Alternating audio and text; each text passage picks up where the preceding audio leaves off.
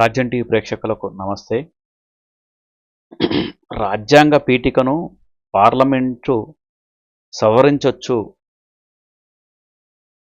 రాజ్యం TV legal ప్రేక్షకులకు నమస్తే.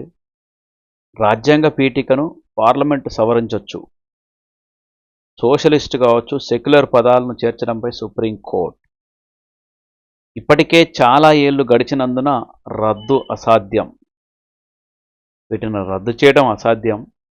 సోషలిస్ట్ కాబట్టి సెక్యులర్ పదాలను చేర్చడంపై సుప్రీంకోర్టు సవరించుకోవచ్చు అని చెప్పింది. రద్దు చేయడం అనేది కుదరదు. పిటిషన్లను కొట్టివేసిన అత్యున్నత న్యాయస్థానం 1976లో అప్పటి ఇందిరాగాంధీ ప్రభుత్వం రాజ్యాంగ పీఠికలోని మార్పులు చేస్తూ తీసుకువచ్చినట్టుగా రాజ్యాంగ సవరణ 42వ రాజ్యాంగ సవరణ. అత్యున్నత న్యాయస్థానం కీలక తీర్పు వెలువడింది.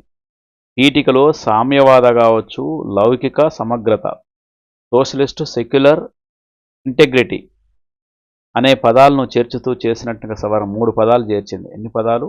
3 పదాలు. ఎప్పుడు? 42లో. అందులో ఏంది? Socialist, secular and integrity.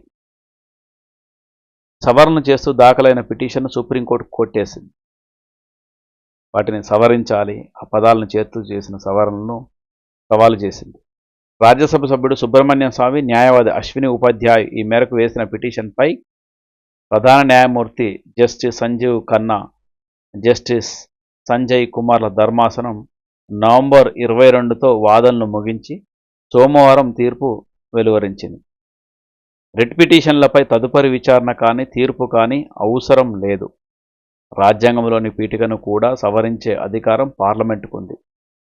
అట్లా ఇది సుప్రీంకోర్టు చెప్పేది. సవరణకు ఇప్పటికే చాలా ఏళ్లు గడిచినందున ఆ ప్రక్రియను రద్దు సాధ్యం కాదు అని తీర్పులో పేర్కొంది. సవరణ అనేది చాలా ఏళ్ళు అవుతుంది కాబట్టి సాధ్యం కాదు అని తీర్పులో పేర్కొంది. ఆర్టికల్ 368 ప్రకారం రాజ్యాంగంలోని మార్పులకు ఆమోదించిన తేదీ ప్రభుత్వ అధికారాన్ని తగ్గించదు. పైపెచ్చు ఆ అధికారాలను సవాలు చేయలేం.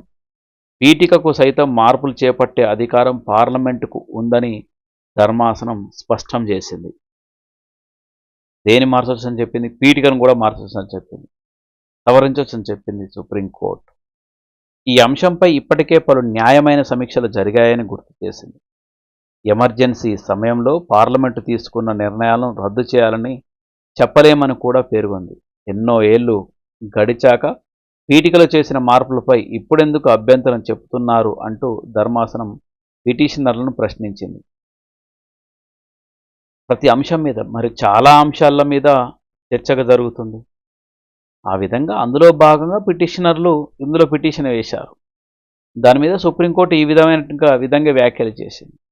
పిటిషనర్ల అభ్యంతరం ఏంటంటే సామ్యవాదం కావచ్చు, లౌకికవాదం అనే పదాలపై చేరిన తనకు సమ్మతమేనని పదాలపై చేరిక, సామ్యవాదం, లౌకికవాదం అనే పదాలపై చేరిక తనకు సమ్మతమేనని పిటిషనర్ అశ్విని ఉపాధ్యాయ వాదనలు సందర్భంగా తెలిపారు. అయితే ఆ పదాలను రాజ్యాంగ పీఠికలో చేర్చడంపైనే తనకు అభ్యంతరం ఉందన్నారు.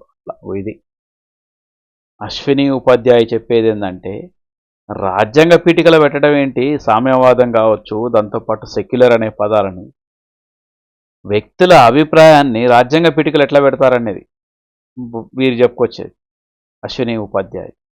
లౌకిక కావచ్చు, సమగ్రత అనే పదాలు చేరికను ఇందిరాగాంధీ అనంతరం ఎన్నికైన జనతా పార్టీ ప్రభుత్వం కూడా సమర్థించిందని ఇదే అంశంపై వేరుగా పిటిషన్ వేసిన సుబ్రహ్మణ్యం స్వామి పేర్కొన్నారు. అయితే 1949లో ఆమోదించిన భారత రాజ్యాంగ పీఠికను యథాతథంగా ఉంచుతూ 1976లో చేపట్టిన మార్పులను వేరుగా ప్రత్యేక పేరాల్లో ఉంచాలన్నదే తమ ఉద్దేశం అని చెప్పుకొచ్చారు. అది యథాతథంగా ఉంచేసి రాజ్యాంగ పీఠికలో 1949లో ఆమోదించారు కదా, నవంబర్ 26, 1949 నవంబర్ 26న ఆమోదించారు భారత రాజ్యాంగాన్ని. అప్పుడు ఎట్లయితే ఆమోదించారో ఏ పదాలు ఉన్నాయో ఆ పదాలని యాజిటీగా ఉంచాలని మా ఉద్దేశం అనేది చెప్పుకొచ్చారు సుబ్రహ్మణ్య స్వామి. ఎమర్జెన్సీ సమయంలో ఇందిరాగాంధీ ప్రభుత్వం దేశంలో 1975 నుంచి 75 జూన్ 25 నుంచి 1975 జూన్ 25 నుంచి 1977 మార్చి 21 వరకు 1977 మార్చి 21 వరకు సుమారు 2 ఏళ్ళు అనుకోరాదు. ఏప్రిల్, మే, జూన్ ఒక 2 నెలలు మినహా 2 సంవత్సరాలు అత్యవసర పరిస్థితి అమల్లో ఉండటం అందరికీ తెలిసిన విషయమే. ఎప్పుడు 1975 జూన్ 25 నుంచి 1977 మార్చి 21 తేదీ వరకు ఎమర్జెన్సీ దేశంలో నెలకొంది. ఆ సమయంలోనే రాజ్యాంగ పీఠికలోని సార్వభౌమ, ప్రజాస్వామ్య, గణతంత్ర అనే పదాల స్థానంలో సార్వభౌమ, సామ్యవాద, లౌకిక, ప్రజాస్వామ్య, గణతంత్ర అనే వాటిని చేరుస్తూ పార్లమెంటు చట్టం చేసింది. అట్లా ఆ సమయంలోనే రాజ్యాంగ పీఠికలోని సార్వభౌమ, ప్రజాస్వామ్య, గణతంత్ర అనే పదాల స్థానంలో సార్వభౌమం ఉంచింది. సామ్యవాద, లౌకిక అనే పదాలను, అంతేకాకుండా ఇంటెగ్రిటీ అనే పదాన్ని, సమగ్రత అనే పదాన్ని కూడా చేర్చింది. అంతకుముందు 3 ఉంటే ఆ తర్వాత 3 కలిపింది. పార్లమెంటు చట్టం చేసింది. ఈ కేసులో మొట్టమొదటిసారిగా 2020లో బలరాం సింగ్ అనే వ్యక్తి విష్ణుశంకర్ జైన్ అనే న్యాయవాది ద్వారా పిటిషన్ వేశారు. ఎవరైనా బలరాం సింగ్. ఇదే అంశంపై విస్తృత ధర్మాసనానికి బదలాయించాలంటూ దాఖలైన పిటిషన్ను గతంలో సుప్రీంకోర్టు కొట్టేసింది. ధర్మాసనానికి బదలాయించాలంటే సుప్రీంకోర్టు కొట్టేసింది. సామ్యవాదం అనే పదాన్ని మన దేశానికి వర్తింపజేసుకుంటే సంక్షేమ రాజ్యం అనే అర్థం వస్తుందని వివరించింది సుప్రీంకోర్టు.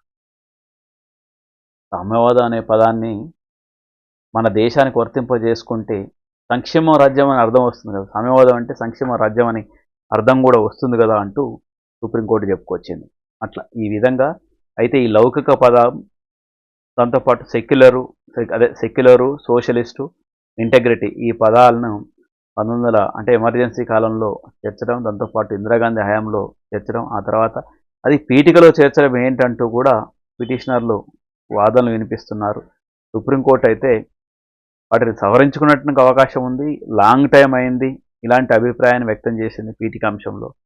ఇది చూడాలి. మళ్ళీ ఆ తర్వాత పార్లమెంట్ ఏం చేస్తుంది, ఆ తర్వాత వివిధ పార్టీలు దీని మీద ఏ విధంగా రెస్పాండ్ అవుతాయి, ఇవన్నీ చూడాల్సి ఉంది.